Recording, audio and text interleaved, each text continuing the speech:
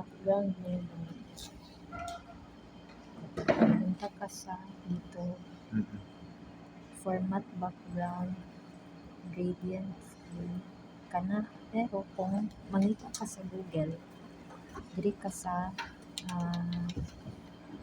asa na yan? Wala lagi file.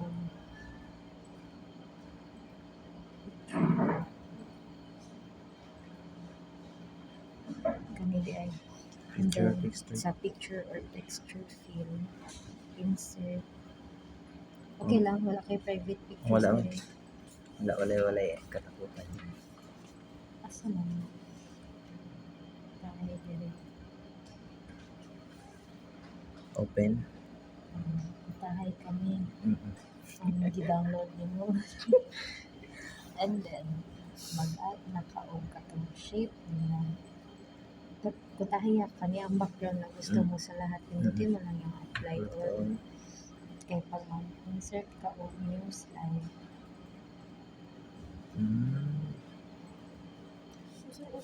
yan din siya. Automatic na siya. And then, kung gusto na ka o kita ni hyperlink, tahay kani, butang ka kani daw ang choice sa imong ano, kana. Pinduton mo niya, punta ka sa insert, punta ka sa link, punta ka sa place in this document. Tapos kung saan mo siya gusto mapunta pag pinindot mo. Kung gusto mo ba bumalik siya sa first, punta ka, ito ang pindutin mo. First slide 1. Yes. So, pwede din maglagay ng music, no? Tahay, pindutin ko na. Kabalaan nila kung magana na siya kay Moana ang palo ito kamay. So, pindutin, punta na siya sa first slide. Kaya ito para makita ko. Wala tandaan.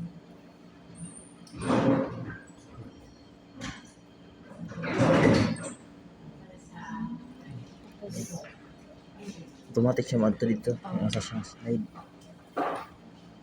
tahay na po. Kani ang slide nimo sa imong question. Wait lang. Punta ka lang sa text box. Tapos anawan mo, depende nimo. Tapos makatype na ka.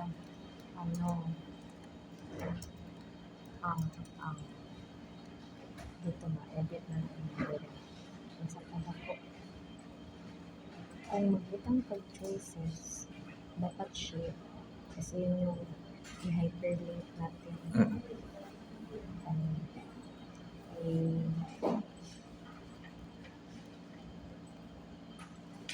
I-duplicate naman. Kabunin na ako na niya kay ulo.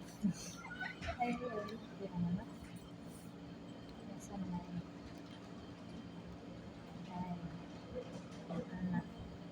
Ito daw ang Okay, if you have your design already, then you don't have any music, so you can add in music. And you can make, pwede siya sa icon, pwede siya sa word. So, for example, I will put here shade. Yan, ito ko ng star para medyo may ano lang. And then, so, fill in for my star.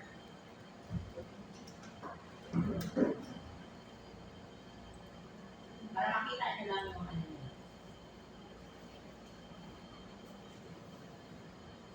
Okay, for example, this star, gusto ko siya kumikot. So what I do is I click the icon or the picture into the word, no? So you just click on that, and then after that, you click animation. In your animation, pwede ka naman animation pane para dito lalabas, no?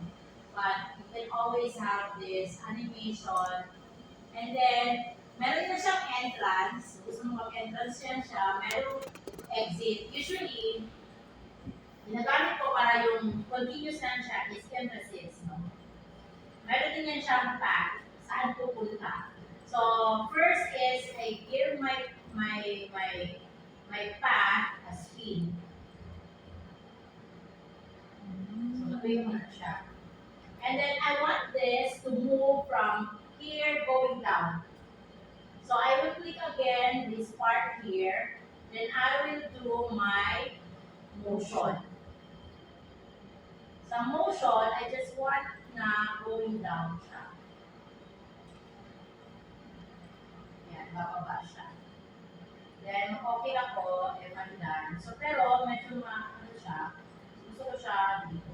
Yan. Gusto ko siya dito mag-trans. Then, sa the skin siya. So, meron ako ditong points, no, na animation ko. So, I just click here. Click your effect option. So, tuwing na na-highlight mo yan sila. And then, you can go, kung gusto mo may sound, pwede yan siya with sound, kung ayaw mo naman. But I will do it.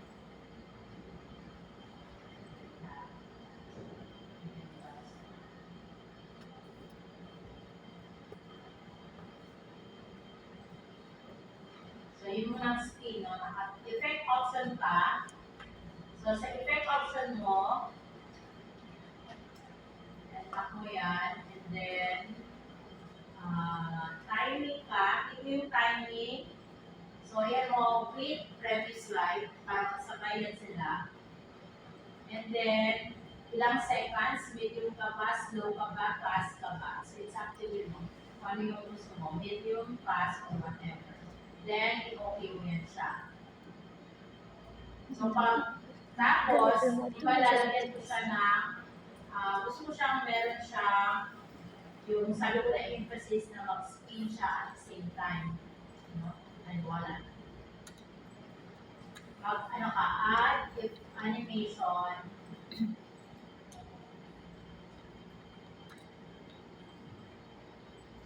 Kasi in one icon, dalawa yung ipapagawa mo sa kanya. Mag-spin siya at the same time, mag-move siya, going down or vertical. Okay. Then, transfer mo lang yan. Para dito yan siya.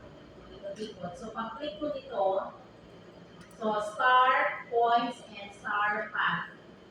I-click mo yung sa taas kung gusto mo pareha lang. Then, shift, going down. Drop down arrow, click. Then, you click time effect option. Sa effect option, you have your timing. So, with previews. Then, medium. Then, you have medium siya, then with previews. So, sabay niya sila. Kung meron kang repeat until the end of slide. So, non-stop. So, pag okay ko yan siya, so, pag slideshow ko yan siya, What if kung sa next page siya ma-add to mo? Ay, unsaon siya pagpa... Ang star ang ma- star mapunta sa second hindi page. mo balik every page ko magkakit. So, it's either ang path mo, that would be, pag on that slide, pag meron kang movement, you use the more motion path. Pero ayaw ng sakit sa mata na path. Then, emphasis, that is, emphasis on the particular side. Pero kung gusto ng entrance exit, so ito yung entrance. Kung mag-exit ka, gusto mo mag-exit, mag-fly away siya, ito mag-click ka ng exit. Tapos, kung sa isang icon, for example, ito, i-highlight ko yan siya. Pero gusto kong, at the same time, I usually like this one. Then, yung color. And then, gusto ko siya at the same time, may movement siya. So, pag sa isang icon, isang word, mag-add ka ng animation kung dalawa yung ipapagawa. Nakaya yung point? Pag dalawa. Like for example, insert ko isang kapatid. Okay, kunyari meron akong blank. Then I just want to shape like this. I'm sorry, I want square. Pero yung square ko, I want my square to have many colors. So you just have fill effect. The one is red first. Then copy ko lang yan. Gusto ko ng maraming rectangular shape.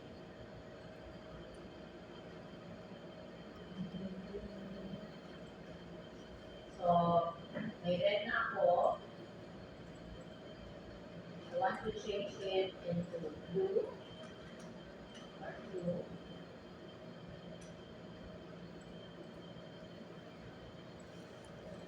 Another one.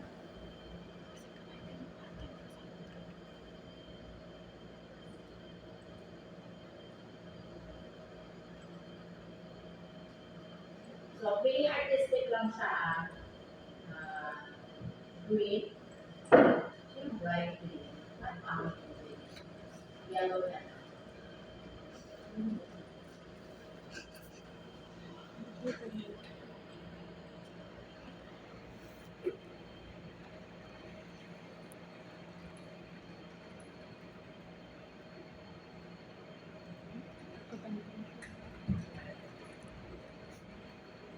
Okay, ito. Gusto siya.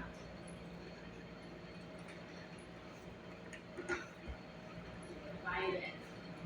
Then you want to animate this one. So, pag gusto mo lahat, ano lang ako, control, click, click, click. So, sabay-sabay mo ganyan siya ng animation. So, I will go to my animation. I want it to have emphasis lang siya. But I want completion color. Okay na yung color. And then, mag-add ako ng animation. You know? So, mag-add ako ng animation. Ano pa ba yung gusto kong animation? Closing. So, pagtapos ko na, ito na yung gusto ko. Shift ko lang yan. Shift, go down. Then, kasi pareha lang yung gusto ko na mangyayari sa kanya. So, I go to my effect option. So, kung gusto kong may sound, I can put sound. No? May mga sound dyan. Kung gusto mong meron kang music as it work on. No?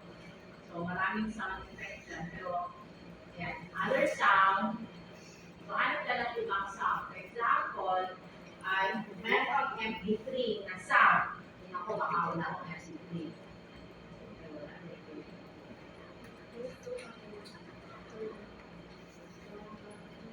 So, kunyari may iba kang sound, pwede naman yun. Pero kung wala, you just have to have other sound like applause.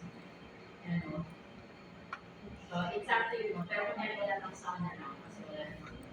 So, ang gawin ko lang dito is effect option. I just want to have my timing.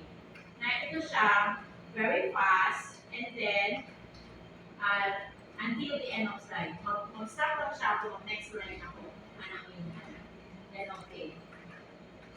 So, kung i-flash ako siya,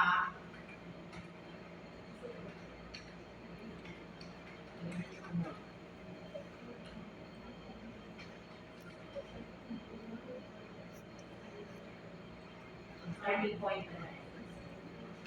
Third option. Huwag niyo kalimutan, start with previews para sabay-sabay na. With previews dito sa end until the end of slide. Meron ko kumanan. With previews. And then, pag slideshow ko yan, na yung effect. So, ano lang yung ginamit ko? That's the emphasis and the color ng saturation.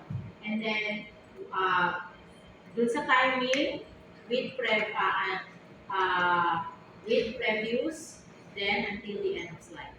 Tapos sinata siya naman mawala na siya pa, mag-move ka na sa next slide. So, mawala yan siya, mag-move ka sa next slide mo. Okay? So, next, like for example, ma'am, paano ba maglagay ng music? So, dito ka sa insert, no? Click insert. Sabi ko sa inyo, pwede nyo audio. So, audio for PC o i-record ko ito. Unang bilang, at kung basahin mo yung ito, meron pang voice. So, i-click mo na itong record audio, then connect mo dito sa likod. Sige daw, ma'am. Sige daw, ma'am. Kung ang wait ko, ano rin. Wala ako. Pero mo diretso ra na siya, ma'am. After i-record kay mag-play na siya. Kaya yan. Para makita nila, para marinig natin.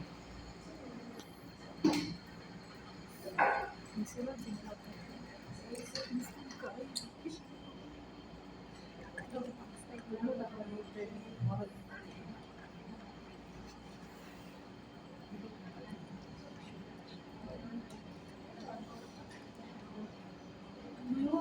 Magana inyo ang PowerPoint. I-check na yung magana sa inyo ang PowerPoint. Sige, download na mo. Dili pa rin mo.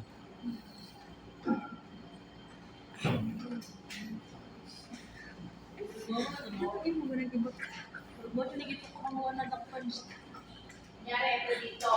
Lagay ko na, ito siya na part na slide. So, basahin ko yung panuto, no?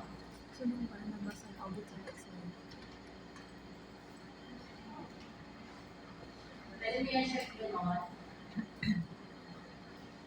Tapos,